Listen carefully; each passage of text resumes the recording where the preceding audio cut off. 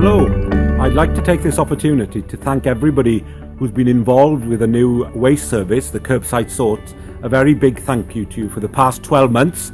It has been 12 months, it's been a very challenging 12 months, but we've seen the recycling figures increase from 62% to 72%, a 10% increase. I want to thank you all.